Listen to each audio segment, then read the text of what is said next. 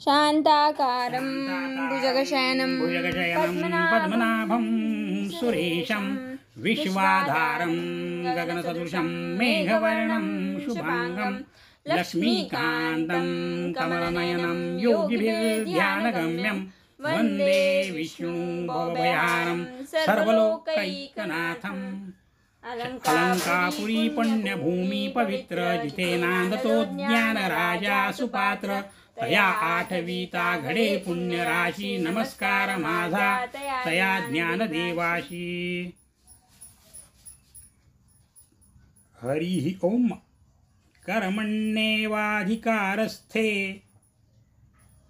मा फलेषु कदाचन मा कर्मफले हेतुर्मुर्वा ते संगयोस्तव कर्मणी।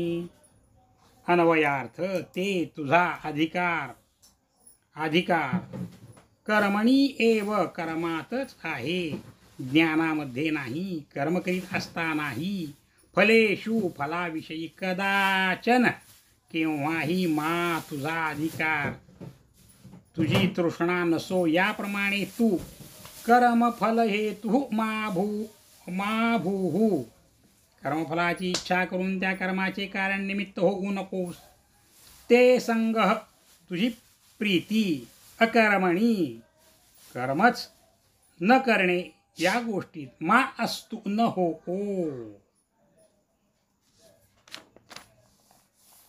म्हणोनी आईके पार्था याची परी पाहता तुझ उचित होय आता स्वकर्म हे आम्ही समस्तही विचारिले तव ऐसेची न मना आले तेन सांडिजे तुवा आपुले विहित कर्म। म्हणून पार्था एक ह्या सर्व गोष्टीचा विचार करून तू स्वकर्म करणे उचित आहे। आम्ही सर्व गोष्टीचा विचार करून पाहिला तो आमचे मनास आले की आपले कर्तव्य कर्म तू सोडू नये। परी कर्मफळी आसन करावी तू कुकर्मी संगती न व्हावी हे सत्क्रियाची आचरावी हे तू विण। पण कर्मफलाची इच्छा न ठेवता आणि निषिद्ध कर्माचा अंगीकार न करता सत्कर्माचेच निष्काम आचरण करावे। योगश्चक्रुः कर्माणि संगम त्यक्त्वा धनंजय सिद्ध्यसिद्ध्योः समो भूत्वा समत्वं योग उच्यते। अन्वयार्थ हे धनंजय योगस्थ तू योग स्थितीत होऊन संगम त्यक्त्वा कर्मफलाविषयी आसक्ती सोडून सिद्ध्यसिद्ध्यो समद्भूत्वा सिद्धी व असिद्धी याविषयी सम होऊन कर्माणी विहित कर्म कुरु कर समत्वम सिद्धी व असिद्धी यांना समान मानणे हाच योग उच्यते, योग म्हटला जातो। तू योगयुक्त होऊनी फळाचा संगू टाकुनी मग अर्जुना चित्त देऊनी करी कर्मे परी आदरिले कर्मदैवे जरी समाप्ती ते पावे तरी विशेषे तेथ तोषावे हेही नको।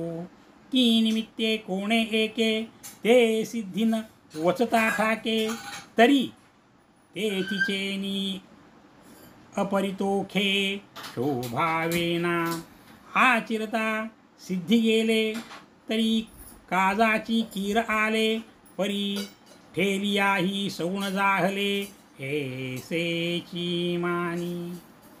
अर्जुना तू युक्त होऊन फलाची इच्छा टाकून मन लावून कर्मे कर, परंतु आरंभलेले कर्म दैवयोगाने पूर्ण झाले तरी त्याचा संतोष मानू नको। किंवा कोणत्याही कारणाने जर कर्मसिद्धी न जाता तसेच राहिले तरी त्याबद्दल मनात असंतोष मानून त्रासू नकोस। कर्म करताना जर शेवटास गेले तर ते खरोखर उपयोगालाच आले परंतु कदाचित विघ्न येऊन अपुरे राहिले तरीही बरेच झाले असे समज. देखे जे तुला आले कर्म निपजे, ते तुले आदिपुरुषी अर्पिजे. परिपूर्ण सहजे जाहले जाणे, देखई संता संतकर्मी. हे जे सरिसे पण मनोधर्मी, तेची योग स्थिती उत्तमी. प्रशंसीजे. कारण असे पहा, जेवढे कर्म घडेल तेवढे ईश्वराला अर्पण करावे, म्हणजे सहजरित्या पूर्ण झाले असे समजावे. आणखी असे पहा की चांगल्या व वाईट कर्माच्या ठिकाणी मनोधर्म सारखा राहणे हीच योगस्थिती असे उत्तम लोक म्हणतात. दुरेण ह्यवरं कर्म बुद्धियोगा धनंजय, बुद्धौ शरणं निंछ कृपणः फलहेतवः. बुद्धियुक्तो जातीतः उभे सुकृत दुष्कृते, तस्माद्योगाय युज्यस्व योगः कर्मसु कौशलम्. अन्वयार्थ, हे धनंजया, बुद्धियोगात व या समत्व बुद्धियुक्त कर्माहून किंवा ज्ञानयोगाहून कर्म फलाच्या इच्छेने केलेले कर्म दुरेणही फारच अवरम कृष्ट आहे. या स्तव बुद्धौ बुद्धिंत ज्ञानात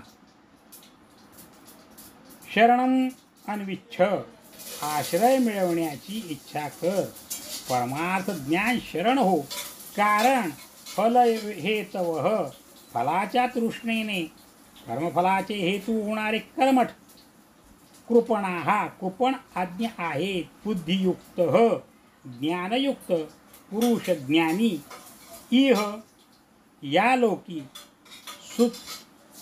सुकृत दुष्कृते उभे, पुण्य व पाप ही दोन्ही जहाती सोडतो. तस्मात म्हणून योगाय समत्वरूप योगाला युजस्व, तू तयार हो. समत्वरूप योगामध्ये स्थित होऊन ज्ञानप्राप्तीसाठी कर्मे कर. कारण योग सिद्धी व असिद्धी यांना सम मानणे हा योग कर्मसु, कर्मातील कौशलम कुशलता आहे. अर्जुना, समत्व चित्ताचे तेची सार जाणे योगाचे, जेथं मन आणि बुद्धीचे ऐक्य आती. तो बुद्धियोग विवरिता बहुते पाडे पार्था, देसे हा अरुता कर्मयोगू. परी तेची कर्म आचरिजे, तरी हा योगू पाविजे.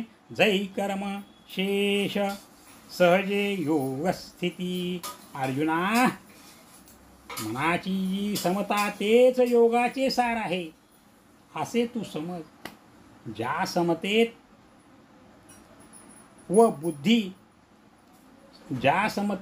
मन व बुद्धी यांचे ऐक्य असते, अर्थात त्या बुद्धियोगाविषयी विचार केला असता हा कर्मयोग पुष्कळ प्रमाणात कमी योग्यतेचा दिसतो.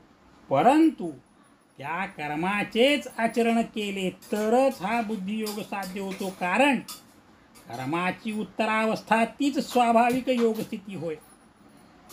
म्हणून बुद्धियोगू सधरू, तेथ अर्जुना होई स्थिरू. मने करी अव्हेरू फळ हेतुचा.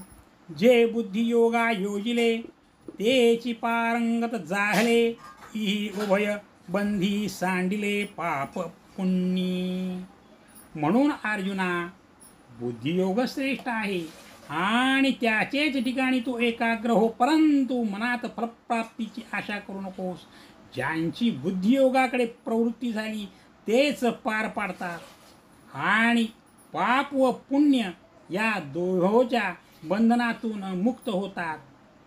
कर्मजं बुद्धियुक्ता हि फलं त्यक्त्वा मनीषिणः, जन्मबंध विनिर्मुक्तः पदं गच्छन्त्यनामयम्.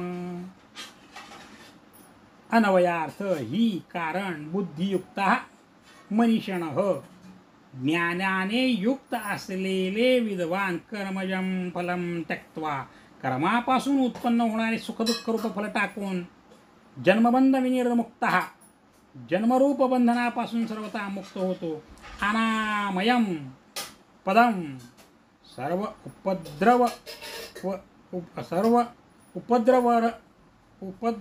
उपद्रवरहित पदाला विष्णूच्या परमपदाला गच्छन्ती प्राप्त होतात.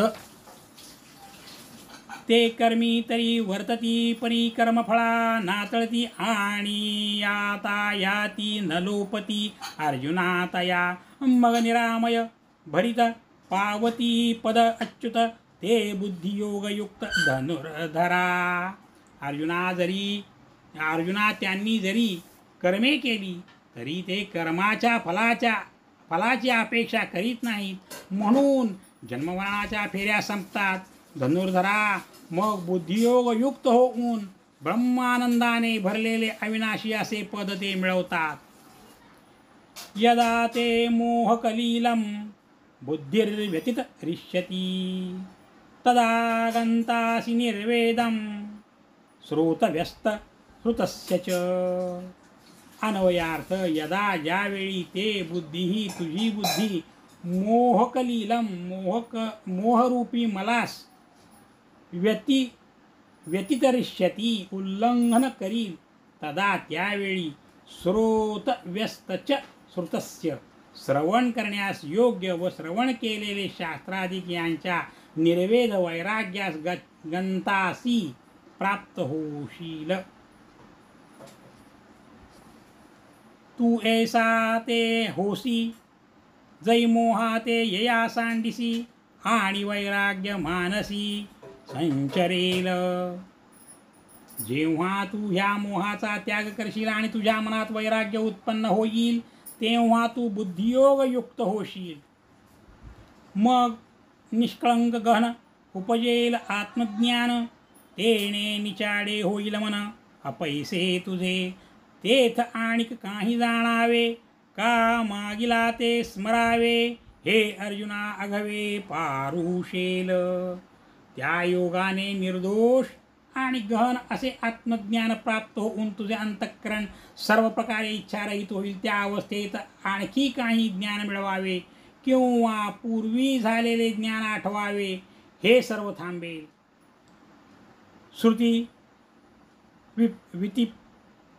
श्रुती विप्रतिपन्ना ते यदा स्थास्तती निश्चला समाघावचला बुद्धिस्तदा योगम वाप्यसी.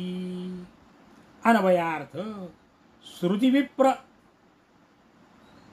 श्रुतिविप्रतिपन्ना अनेक साध्य साधन संबंध दाखविणाऱ्या श्रवणांनी विक्षिप्त झालेली ते बुद्धी तुझी बुद्धी यदा निष्फला सती तेव्हा जेव्हा विक्षेपरहित होऊन व अचला त्यातूनही विकल्पशून्य होऊन समाघौ आत्म्यामध्ये स्थिर होईल तदा त्यावेळी योगम खऱ्या मुख्य योगाला आवाप्यसी प्राप्त होशील. इंद्रियाची या संगती जिये पसरू होतसे मती ते स्थिर होईल मागुती आत्मस्वरूपी समाधी सुखी केवळ जै बुद्धी होईल निष्वळ तै पावसी तू सकळ योगस्थिती. इंद्रियाच्या संगतीने जी बुद्धी स्थिर होत नसते ती मग आत्मस्वरूपी स्थिर होईल. समाधी सुखाचे ठिकाणी जेव्हा तुझी बुद्धी स्थिर होईल तेव्हा तुला योगस्थितीला साधेल. अर्जुन उवाच स्थितप्रज्ञस्थका भाषा समाधिस्तस्य केशव स्थितधीः किं प्रभाषेत किमासीत व्रजेत किम्. अन्वयार्थ हे केशवा समाधिस्तस्य स्थितिप्रज्ञस्य समाधिस्थ आत्मनिष्ठ स्थितप्रज्ञाचे भाषा लक्षण काय आहे. स्थितधीः स्थितप्रज्ञ की प्रभाषेत काय बोलतो किम असित तो कसा राहतो किम व्रजेत व व्यवहार कसा करतो. तेथ अर्जुन म्हणे देवा, हाची अभिप्राओ आघवा, मी पुसेन आता सांगावा कृपानिधी. त्यावेळी अर्जुन म्हणाला, श्रीकृष्णा कृपानिधी, ह्याबद्दलचा खुलासा मी जो विचारीन तो कृपा करून मला सांगा. मग अच्युत म्हणे, सुखे जे किरीटी तुझनिके, ते पुष्पा उन्मेके मनाचेनी. या बोला पार्था म्हणितले, सांगपा श्रीकृष्णा ते काय म्हणिपे, चितप्रज्ञा ते ओळखो केवी. आणि स्थिरबुद्धी जो म्हणजे, तो कैसिया चिन्ही जाणिजे. जो समाधी सुख भुंजे अखंडित, तो कवणे स्थिती असे, कैसे नूपी विलसे. देवा सांगावे हे ऐसे, लक्ष्मीपती तव परब्रह्म अवतरणू. जो क्षणगुणाधिकारणू, तो काय तेथ नारायणू. बोल तू असे. मग श्रीकृष्ण म्हणतात, अर्जुना, जे तुला संतोषित मनाने योग्य वाटेल ते खुशाल विचार. असे म्हटल्यावर अर्जुन श्रीकृष्णाला म्हणाला, स्थितप्रज्ञ, ज्याची बुद्धी स्थिर आहे, कोणाला म्हणावे व तो ओळखावा कसा हे उघड करून सांगा. ज्याला स्थिर बुद्धी म्हणतात व जो निरंतर समाधी सुख भोगतो, तो कोणत्या चिन्हाने ओळखावा. देवा लक्ष्मीपते, तो कोणत्या स्थितीत असतो व तो कोणत्या रूपाने वर्तन करतो हे कृपा करून मला सांगा. जेव्हा षडगुण ऐश्वर्य संपन्न, सर्व गुणाचे अधिष्ठान व परब्रह्म अवतार असे श्रीकृष्ण भगवान बोलू लागले. शांताकारं भुजगशयनं पद्मनाभं सुरेशं, विश्वाधारं गगनसदृशं मेघवर्णं शुभांगं, लक्ष्मीकान्तं कमलनयनं योगिवेद्यानगम्यं, वन्दे विष्णुं भवभयहारं सर्वलोकैकनाथं. हरि ओम तत्सत्. कृष्णार्पणमस्तु. पुंडलिकवरदा हरि विठ्ठल श्री ज्ञानदेव तुकाराम पंढरीनाथ महाराज की जय.